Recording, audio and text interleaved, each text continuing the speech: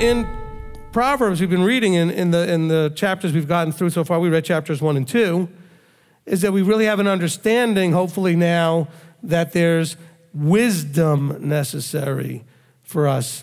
And I think that a lot of times we think, and I just use the word think, so that's kind of part of the problem. We intellectualize that this is about smarts.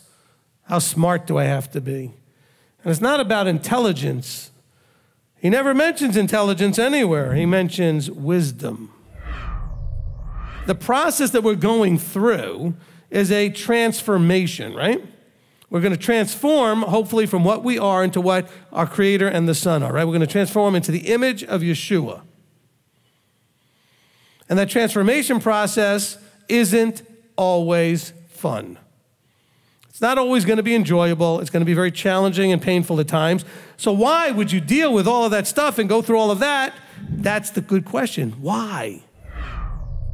Because they'll say, well, one person cannot pay the price for another person. No, if I sin, you cannot pay the price for me. Neither can Yeshua. What Yeshua can do is pay the price for the penalty if I stop sinning, if I make teshuvah, if I repent.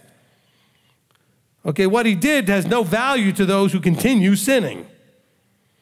Now, he did do it for everybody to make that opportunity available if anybody wanted to choose to stop sinning and start moving in the right direction. But that's really a lot of what Torah is talking about. Can you put aside all the me, I, now stuff to think about the bigger picture? To understand what we're really trying to get, where we're trying to get to, what we're trying to do, what we're trying to accomplish? Are we really trying to transform into Yeshua, or are we just trying to mechanically get the rubber stamp of a smiley face or whatever, saying, okay, you kept this, and you didn't eat that, and you did this, and... Are children allowed to sign contracts even in our society today? No. Why? Because society doesn't believe them to be mature enough to understand what they're doing. That's reasonable. And so the same thing with covenant. This is why I don't immerse children. Because I want them to be able to make the 8 declarations and understand what they're doing. By the way, I may not immerse you even if you're 30 or 40 if you don't seem to understand what you're doing. Because it's not about age chronologically. It's about, are you in enough maturity to be able to understand the commitments you made? So why are we wasting time? You know, I often joke about how I was going to do a teaching called Motivated by Mortality. This is it right here. Not the name of this teaching, but you need to be motivated to work on your covenant keeping, which is about your transforming into his image, learning how to relationally relate to each other and to him. That's the covenant, the 2 great commands, loving each other and loving him. But no, we're too busy wasting time and, you know, watching shows and movies and video games and whatever else we're doing. Or if we're not doing all of that stuff, because then we go, well, I don't do that stuff. All right, so we're too busy, you know, being angry or holding grudges or not talking to people because of some dumb thing that happened. Well, you don't understand that person, blah, blah, blah, blah, blah. You will either be successful or not based on your heart. Because everything you do will come from there. It will be an outflow. It'll be a physical manifestation of what's going on in your heart. Your desires. That's why your why has to be big enough. You know, we talk about this in sales all the time because people say, well, I want to, you know, retire and do this, or I want to bring my wife home from work, or I want to quit work, or what you want to do. Well, good. If you want it bad enough, you'll figure out how to do it.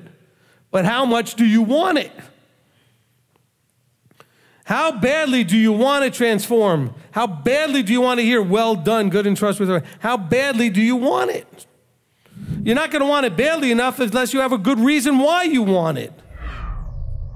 Now, by the way, we have a lot of problems in the body where people want to beat the snot out of each other. I don't know if that's the right way to say this on the video, but too bad. But we do this with truth. I know the truth, and I'm going to... And we're just beating each other up with the truth. Where's the kindness part? He says, let not kindness and truth forsake you. Bind them and write them on the tablet of your heart. I think that Solomon, with all his wisdom, understood that truth without kindness is going to be a problem. Where I talked about, and I want to put it here on the recording, allowing people to write on the tablets of your heart. That's your tablet. Don't let anybody write on it.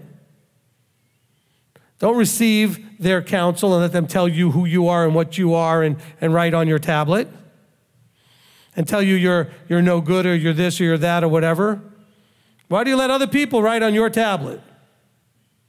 If we're sitting with each other and you've got your notebook out and I've got my notebook out and everything, are you going to be happy if I just reach over and start writing in your notebook?